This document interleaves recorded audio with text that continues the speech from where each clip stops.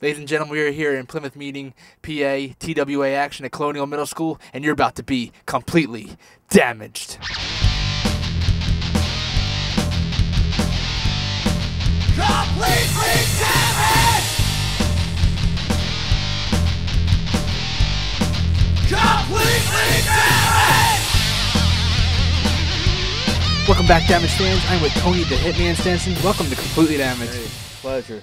That's right, CompletelyDamaged.com. Definitely.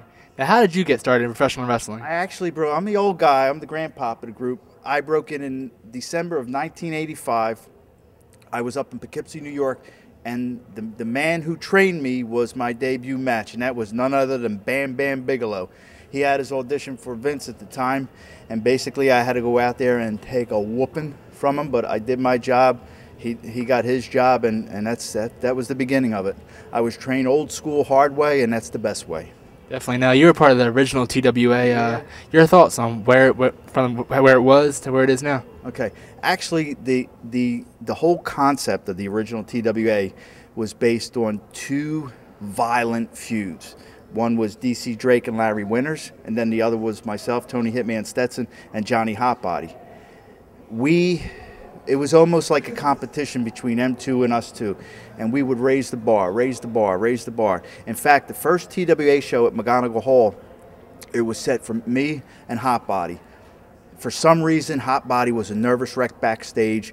Joel came up to him right before the show. He says, "John, you know, I like you. You're a good guy. You'll never work for me again."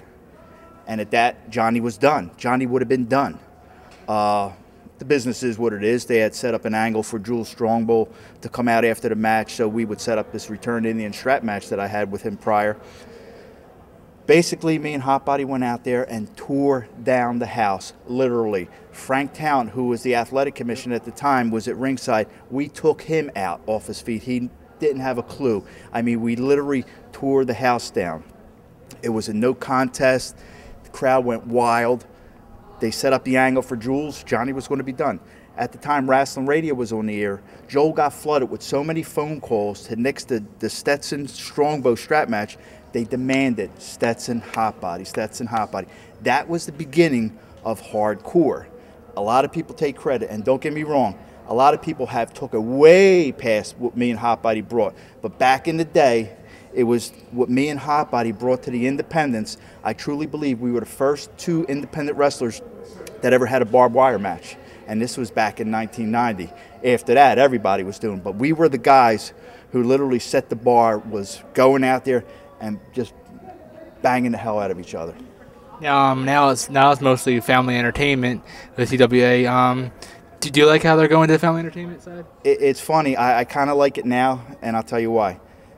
My last match prior to coming back this past year was in 2002. I was actually tagged with Larry Winters. In fact, we actually held the ECW tag belts on an occasion. And during that match, I totally ripped out my left shoulder. Upon getting that fixed, when the doctor checked me out, he says, "You're done."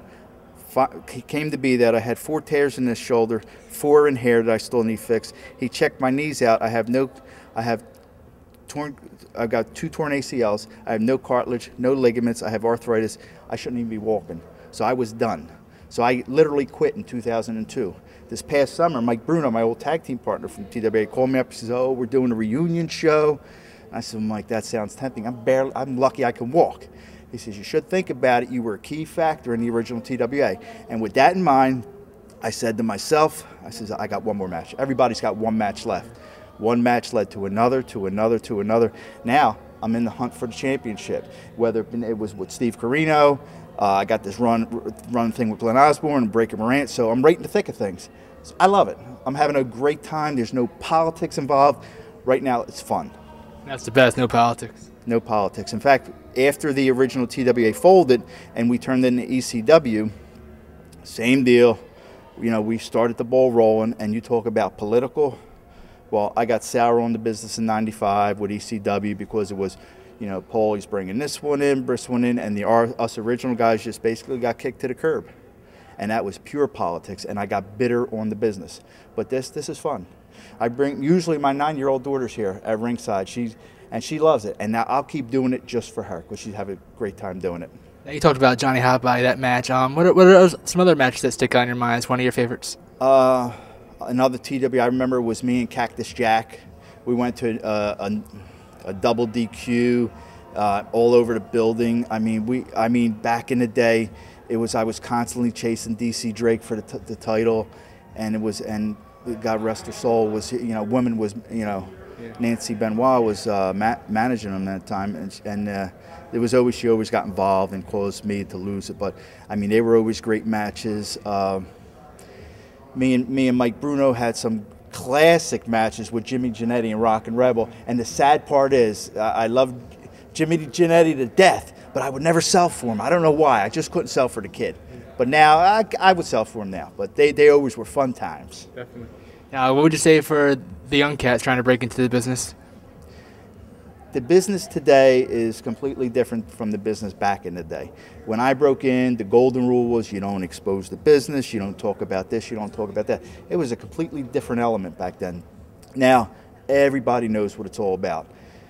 And it just boggles my mind that there are so many guys, especially young guys, in the business. I mean, I can't even imagine how many, just in the United States alone, how many actual wrestlers there are. It's so... For any young kid breaking in thinking they're going to be the next big thing, there's about another 1,000 out there with the same idea. Definitely. So it's, it helps if you know the right people. That's very true. If people want to find more information about you, where can they go? They got a lot of stuff for me on twaprowrestling.com. They've been, it's crazy. Like I said, going back into this thing, it was just, I thought it'd be a one-time thing, but they treat me right. They got me plastered all over the website, so everything on the up and up is right on that page. Well, Tony Hitman Stenson, thank you very much for your time, man. Okay, CompletelyDamaged.com. Yeah!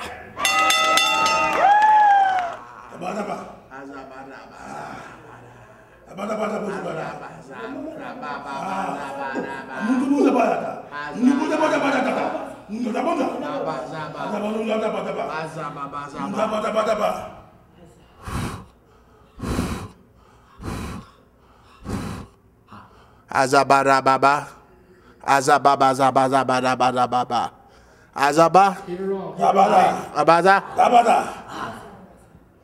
I got nothing but love for you, baby. Got nothing but love for you, baby. I got nothing but love for you, baby. Got nothing but love for you, baby. Ooh, ooh, ooh, ooh, ooh, ooh.